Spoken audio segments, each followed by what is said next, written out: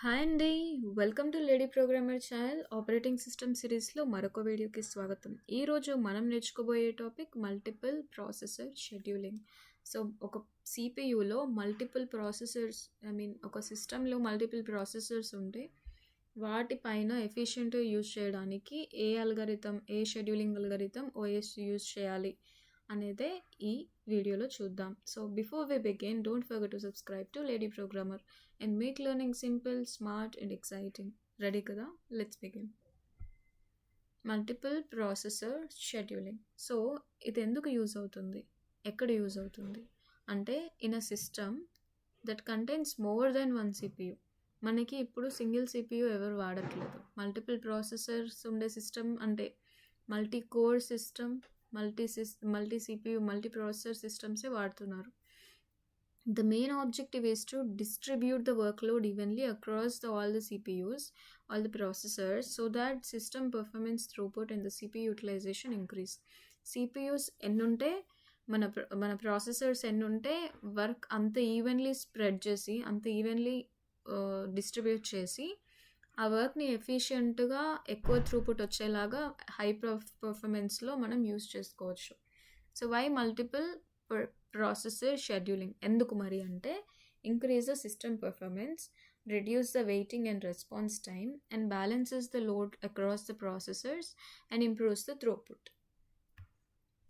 Types of multi processor scheduling. Types ఏంటంటే asymmetric multi processing.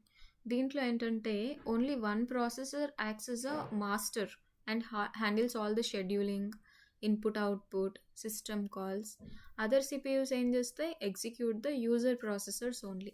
So ఒక processor ఏమో colonel related stuff perform చేస్తుంది, ఎలాంటివి scheduling, input output, system calls అట్లాంటిది. మిగతా ఒకటే, అదేంటి, అది మాస్టర్. మిగతా ప్రాసెసర్స్ అన్నీ ఏం చేస్తాయి, అప్లికేషన్ లెవెల్లో ఉన్న ప్రాసెసర్స్ అన్నీ, యూజర్ స్పేస్లో ఉండే ప్రాసెసెస్ని ఎగ్జిక్యూట్ చేస్తాయి.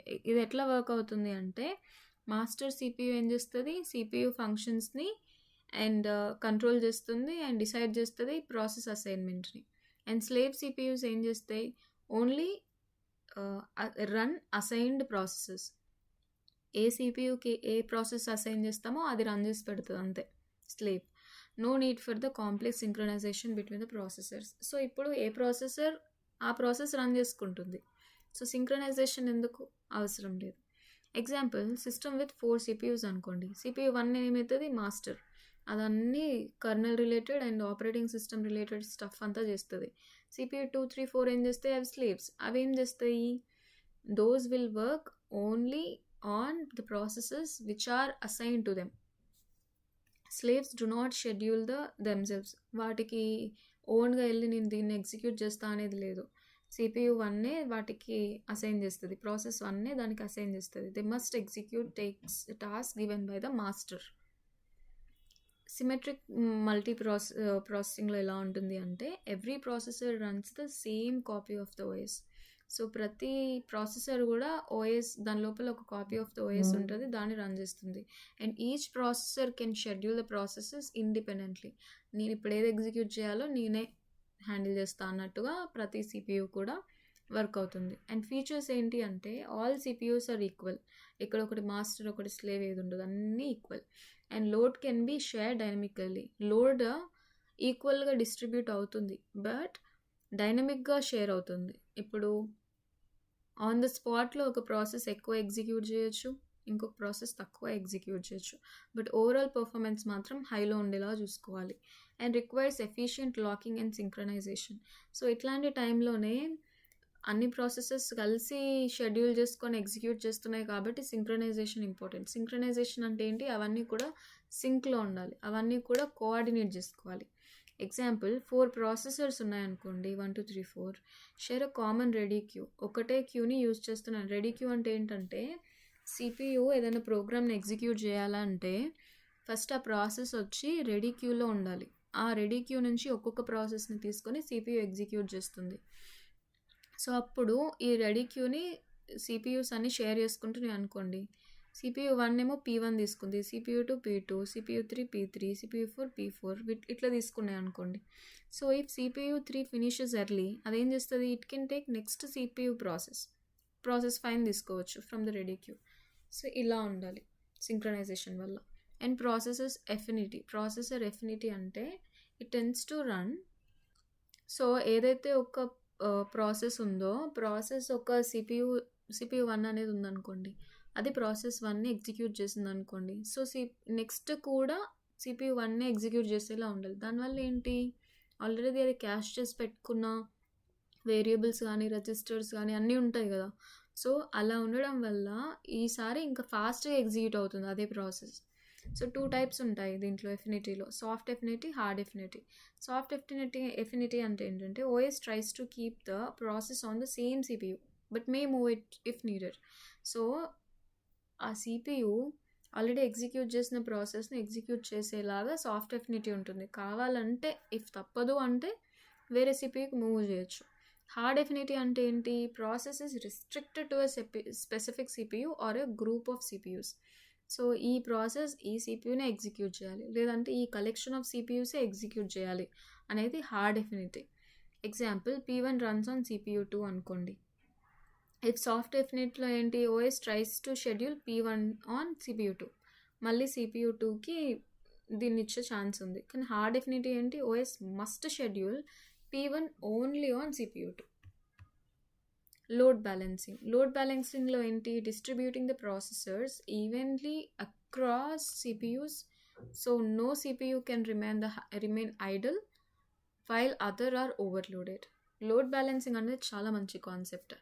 ఏ సిపియు కూడా ఖాళీగా ఉండదు, అన్నీ కూడా వర్క్ చేస్తూనే ఉండాలి. అండ్ 2 ways ఉంటాయి దీంట్లో, push migration, pull migration. Push migration అంటే ఏ డెడికేటెడ్ మెకానిజం ఉంటుంది, అదేం చేస్తుంది, pushes the processes from busy CPU to idle ones. So ఏదైనా సిపియూ ఉందనుకోండి, అది ఫుల్గా లోడ్ అయిపోయి ఉంది, 10 ప్రాసెసర్లు ఇంకా క్యూలోనే ఉన్నాయి, అది CPU 1 చేయాలనుకోండి, CPU 3 ఖాళీ ఉంది. సో ఈ పుష్ మెకానిజం ఏం చేస్తుంది, పుష్ మైగ్రేషన్ ఏం చేస్తుంది అంటే ఆ లోడ్ అయిపోయిన సిపియూలో రెడీ క్యూలో ఉన్న ప్రాసెసెస్ని తీసి ఈ ఐడల్ ఉన్న ప్రాసెస్కి ఇచ్చేస్తుంది. అదే పుష్ మైగ్రేషన్. పుల్ మైగ్రేషన్ అంటే ఐడల్ సిపియూస్ ఏం చేస్తాయి, అవే పుల్ చేస్తాయి, pull the processes from the busy CPUs, అవి పుల్ చేసుకుంటాయి. ఎగ్జాంపుల్ CPU 1 క్యూలో P1, P2, P3 ఉంది, CPU 2 క్యూ ఏమో ఎంటీ ఉంది. అప్పుడు ఏం జరుగుతుంది, లోడ్ బ్యాలెన్సర్స్ ఏం చేస్తాయి, moves the P3 to CPU 2, push migration. And or CPU 2 pulls the P3 from the CPU 2. So అవి ఈ బ్యాలెన్సర్ అనేది పుష్ అన్నా చేస్తుంది, లేదంటే CPU 2 అది వాలంటరీగా వచ్చేసి అదేనా పుల్ చేసుకుంటుంది ప్రాసెస్ని. Multi core processor scheduling. ఇక్కడ ఏంటి, మోడర్న్ సిపియూస్కి ఏంటి మల్టిపుల్ కోర్స్ ఉంటున్నాయి. So each capable of executing threads in parallel.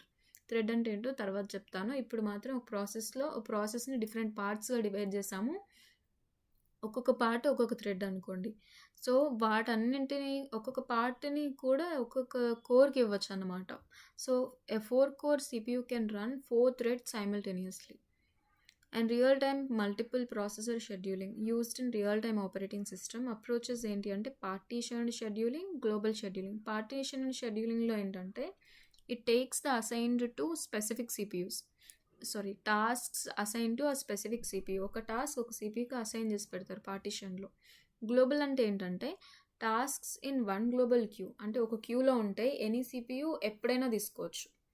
Example, if a CPU is dedicated to a braking system in a car, tasks assigned to the CPU must not migrate to others.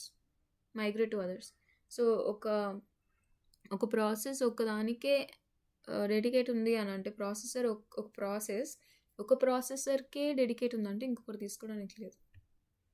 Advantages ఏంటి మరి దీనికి, multiple processor scheduling కంటే throughput హైలో ఉంటుంది, and CPU ఎప్పుడు హైలో utilisation ఉంటుంది, and improved performance obviously improve అవుతుంది కదా. అంటే మనం మల్టీ టాస్కింగ్ చేయొచ్చు, అండ్ తొందరగా త్రూపుట్ వస్తుంది, and faster execution of the tasks, and ప్యారలల్గా జరుగుతాయి టాస్క్స్. డిసడ్వాంటేజెస్ ఏంటి అంటే సింక్రనైజేషన్ ఖచ్చితంగా ఉండాలి, అదొక పెద్ద over head. And load balancing అనేది కాంప్లెక్సిటీ ఎక్కువ, ఎందుకు పుల్ చేయాలి పుష్ చేయాలి, ఎవరో ఒకరు ప్రాసెసర్ లోడ్ని ఎప్పుడు అబ్జర్వ్ చేస్తూ ఉండాలి. And cache over validation problems ఉంటాయి. అండ్ కాంప్లెక్సిటీ ఉంటుంది ఓఎస్ డిజైన్ దీనివల్ల. సో ఇక్కడి వరకు చూసారంటే మీకు డెఫినెట్లీ ఈ వీడియో నచ్చిందని అనుకుంటున్నా. So like, share and subscribe to lady Programmer. Also let me know in the comments where are you watching from. So నెక్స్ట్ వీడియోలో కలుద్దాం, అంతవరకు బై బాయ్.